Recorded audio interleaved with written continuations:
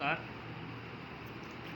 देखिए, हम आज उपमा अलंकार पढ़ेंगे कि जब किसी पद में दो पदार्थों की समानता को व्यक्त किया जाता है, अर्थात एक सामान्य पदार्थ को किसी प्रसिद्ध पदार्थ के समान मान लिया जाता है, तो वहाँ पर उपमा अलंकार होता है।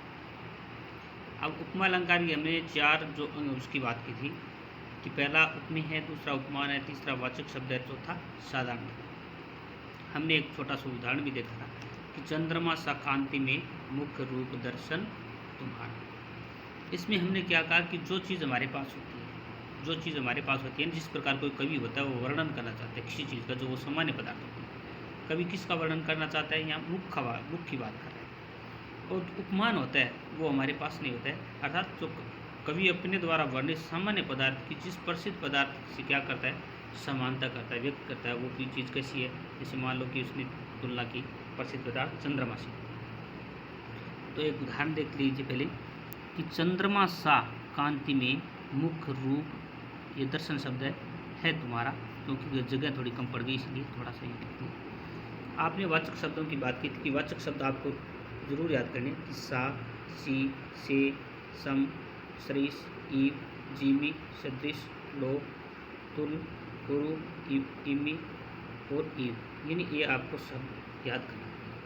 याद करो तो इनमें से एक कोई शब्द आपको किसी उदाहरण में मिलेगा। जिस प्रकार इसमें चंद्रमा सा शब्द आया है कि चंद्रमा सा, तो चंद्रमा सा शब्द क्या है, यहाँ वाचक शब्द है। और मुख हमारे जो पास होता है वो चीज़ क्या है, ये मुख हमारे पास, इसका मतलब कभी क्या करता है, इसका मतलब मुख क्या हो गया, यहाँ उपमेय हो गया। क्या हो गया, उपमेय हो गया। और उसके बाद में उपमान क्या है, उपमान की हमने बात की कि चंद्रमा, यानी चंद्रमा है तो चंद्रमा हमारे पास उपमान हो गया। और उसके बाद जो वाचक शब्द है तो उसमें हमारे चंद्रमा सा, तो सा क्या हो गया, वाचक शब्द हो गया। और साधारण धर्म क्या है, साधारण धर्म जो मान लिया जाए कि उपमेय अर्थात प्रस्तुत पदार्थ, यानी जो सामान्य पदार्थ है वो है। और उपमान जो अप्रस्तुत पदार्थ, यानी जो प्रसिद्ध पदार्थ है। दोनों की जो समानता क्या है, जैसे कांति में का मतलब होता है चमक, यानी इसका मुख किस प्रकार चमक रहा है, चंद्रमा के समान। किस प्रकार चमक रहा है, चंद्रमा के समान। तो उदाहरण देख लीजिए कि चंद्रमा सा कांति में मुख्य रूप दर्शन है तुम्हारा। अब हमने क्या पढ़ा कि भाई हमारे पास तो मुख है, तो मुख हमारे पास है, तो ये क्या चीज़ है, ये उपमेय है। क्या ये उपमेय, क्योंकि ये सामान्य बात है जो कभी इसका वर्णन करना चाहता है। और इसकी उपमा हमने किससे की, चंद्रमा से कर दी। उपमा चंद्रमा से कर दी, इसका मतलब ये क्या चीज़ होगी, ये उपमान होगी। आपको वो शब्द याद है, तो सात शब्द हमारे पास है, इसका मतलब ये वाचक शब्द है।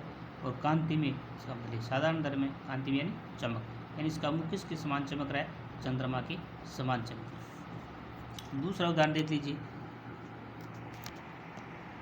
दूसरा देखिए, पीपर पात सरिस मन डोला। अब पीपर का अर्थ होता है पिंपल, पात यानी पत्ता, सरिस वाचक शब्द है, मन हमारा मन की बात कर रहा है, डोला यानी डोलना। यानी मन कैसे डोल रहा है, मन है वो पिंपल के पत्ते के समान डोल रहा है। तो मन हमारे पास, इसका मतलब उपमेय है। और पीपर पात, यानी इसकी हमने क्या कर दी, उपमा दे दी, यानी मन का उपमा किससे दे दी, पीपल के पत्तों के समान दे दी थी। ये कैसे क्या हो गया, ये मन तो हो गया उपमेय, और उपमान क्या हो गया, ये उपमान हो गया पीपर। और शरीर से हमने देख लिया वाचक शब्द है, और डोलना एक साधारण है। ये दोनों में एक समानता बताएगी कि भाई पत्ता भी डोलता है और मन भी डोलता है। तीसरा उदाहरण देखिए, मुख मयंक सम मंजू मनोहर। अब मुख हमारे पास वही बात चल रही है, मयंक का अर्थ भी चंद्रमा ही होता है। उपमान हो गया। सम हमने देखा वाचक शब्द है, और मंजू मनोहर, मंजू यानी सुंदर। साधारण धर्म दोनों में तुलना होगी, मंजू मनोहर भी। अब आपको लिखना है कि पहेली सा जीवन है व्यस्त। पहेली सा जीवन, आपको देख लीजिए, हिंट दे देता हूँ थोड़ा कि सा शब्द हमारे पास क्या है, ये वाचक शब्द है। पहेली क्या है, जीवन क्या है, व्यस्त क्या है, आप देख लीजिए, अनुप्रास अलंकार, साधारण सा अलंकार है, कोई ज़्यादा इसमें नहीं है। कि कोई भी हमें एक वर्ण पढ़ेंगे, बार बार कोई भी चीज़ आती है कि जब किसी भी व्यंजन वर्ण की एक निश्चित क्रमानुसार बार बार आवृत्ति होती है तो वहाँ अनुप्रास अलंकार माना जाता है। अब किस प्रकार व्यंजन वर्णों की बार बार आवृत्ति होगी, कि जैसे मान लो कि इसमें एक उदाहरण दे रखा है कि भगवान भक्तों की भयंकर भूरी बेटी गाय। इस प्रत्येक लाइन के अंदर आप देख लीजिए कि भय वर्ण से स्टार्ट हो रहा है क्वेश्चन, यानी प्रत्येक शब्द भय वर्ण से शुरू हो रहा है। जैसे भगवान में भय आ गया, भक्तों में भय आ गया, कि भयंकर भय आ गया, बुरी में भय आ गया, भीति में भय आ गया। अर्थात प्रत्येक वर्ण में भय वर्ण आने से, यानी प्रत्येक वर्ण में किसकी आवृत्ति हुई है, भय वर्ण की आवृत्ति होने के कारण यहाँ कौन सा अलंकार मानेंगे, अनुप्रास अलंकार। हम दूसरा उदाहरण भी देख सकते हैं कि चारु चंद्र की चंचल किरणें खेल रही थी जल थल से। इसमें देख लीजिए आप, चय इसमें चारु में चय आ गया, चय में चंद्र में चय आ गया, चंचल में चय आ गया। इस प्रकार एक निश्चित व्यंजन वर्ण की आवृत्ति होने के कारण यहाँ पर कौन सा अलंकार होगा, अनुप्रास अलंकार। अब दूसरा हम अलंकार एक को देख लेते हैं, उत्प्रेक्ष अलंकार, जो ज़्यादा कोई कठिन नहीं है, लेकिन थोड़ा सा आपको समझना पड़ेगा कि भाई उपमेय और उपमान हम जान चुके हैं, उपमेय क्या होता है, उपमान क्या होता है। इसीलिए उत्प्रेक्ष अलंकार को मैंने बाद में पढ़ाया, क्योंकि उपमान अलंकार पढ़ने के बाद में उत्प्रेक्ष अलंकार समझ में आ जाता है। उसमें भी 2-3 शब्द होते हैं जो आपको देखने पड़ेंगे, जो पहचान के लिए काम है। कि जब किसी पद में उपमेय और उपमान के समान तो नहीं होता, यानी उपमेय है वो उपमान के समान नहीं होता है, ये तो तय है। परंतु यदि उपमेय में उपमान की कोई संभावना प्रकट कर दी जाती है तो वहाँ पर अलंकार। अब कैसे होगी भाई, उपमेय है उपमान है, दोनों में समान तो नहीं मान सकते, परंतु उसमें दोनों में हम संभावना समझ सकते हैं। कैसे कि दादुर धुनी चौकोर स्वर, वेद पठत जनु बटु सुनता। अब इसका अर्थ देखिए, दादुर का अर्थ क्या होता है, मेंढक को कहेंगे। धुनी का अर्थ होता है ध्वनि की बात करेंगे। चौ का अर्थ चारों ओर सुनाई यानी सुनाई देता है। वेद का अर्थ होता है वेद, पठत यानी पढ़ना।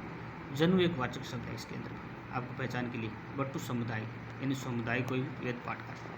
अब देखिए इसका अर्थ देखिए कि भाई वर्षा ऋतु है, वर्षा ऋतु होगी तो मेंढक तो बोलेंगे, तो वर्षा ऋतु है तो दादुर धुनी चौकोर सुनाई, यानी वर्षा ऋतु में चारों ओर से मेंढकों की आवाज़ सुनाई दे रही है। अब आवाज़ वो कैसी लग रही है, वो आवाज़ लग रही है कि वेद पठत जनु बटु समुदाय, कि वो आवाज़ इस प्रकार लग रही है कि जैसे किसी आश्रम में शिष्य समुदाय के द्वारा क्या किया जा रहा है, वेद पाठों का उच्चारण किया, वो आवाज़ इस प्रकार। तो हमने उसकी क्या कर ली कि भाई एक उपमेय किसको मान लिया, मेंढकों को माना, लेकिन उपमान की वेद की तुलना हमने किससे कर रखी है, उससे जैसे कोई वेद पढ़ रहे उससे तुलना कर दी, लेकिन उसमें एक तुलना नहीं, उसमें एक संभावना ही प्रकट की हमने, इसीलिए उसमें कौन सा अलंकार होगा, उत्प्रेक्ष अलंकार। यहाँ आपको शब्दों को याद रखना है कि जैसे मान लो 3 शब्द याद करें, तो मानो लिखा आपको जानो भी मिलेगा, मनु मिला आपको जनु भी मिलेगा, आपको मनु है मिलेगा तो आपको जनु ही मिलेगा। ये 6 शब्द जहाँ कहीं भी मिलेगा आपको निश्चित तौर पे वो उत्प्रेक्ष अलंकार होगा। जैसे मान लो पहले शब्द में, पहले जो उदाहरण लिया उसमें देख लीजिए आप, ये जनु मिल गया, और नीचे वाले में हम पढ़ेंगे, देख लेना, ये मानो मिल गया। अब दूसरा उदाहरण है, दूसरा देखिए उदाहरण कि सोवत ओडे पीत पट श्याम सलोनी गाल, मानो नीलमणि शैल पर आतप पर्यो प्रभात। अब सोवत ओडे, सोवत का अर्थ होता है सोते, ओडे यानी ओढ़ना, पीत पीला वस्त्र, पट यानी वस्त्र होता है, श्याम यानी सलोनी, श्याम सलोनी यानी सुंदर, श्याम का तो सांवले रंग वाला, सलोनी यानी सुंदर रंग वाला, गात यानी शरीर, मानो नीलमणि एक पर्वत है, शैल यानी पर्वत, पर यानी पड़ती है, आतप यानी धूप, प्रयोग यानी प्रयोग यानी प्रयोग अर्थ भी पड़ता, प्रभात यानी सुबह की। कि हमने ये पढ़ा है कि उपमेय में उपमान की संभावना प्रकट करनी है। इसमें भगवान श्री कृष्ण की बात की गई है कि भगवान कृष्ण सोते वक्त जिस प्रकार पीले वस्त्रों को धारण करती है, अपने शरीर पर धारण करती है, वो इस प्रकार लग रहे हैं कि मानो नीलमणि पर्वत पर सुबह की धूप पड़ रही है, क्योंकि सुबह की धूप भी कैसी होती है, पीली होती है। इसी प्रकार इसमें उपमेय उपमान की संभावना प्रकट करती गई है, इसीलिए वहाँ पर उत्प्रेक्ष अलंकार माने। देखिए आप लोगों को ये जरूर समझ में आया होगा। आप पढ़िए, मस्त रहिए, स्वस्थ रहिए, आपकी पढ़ाई को निरंतर जारी रखिए। थैंक यू, धन्यवाद।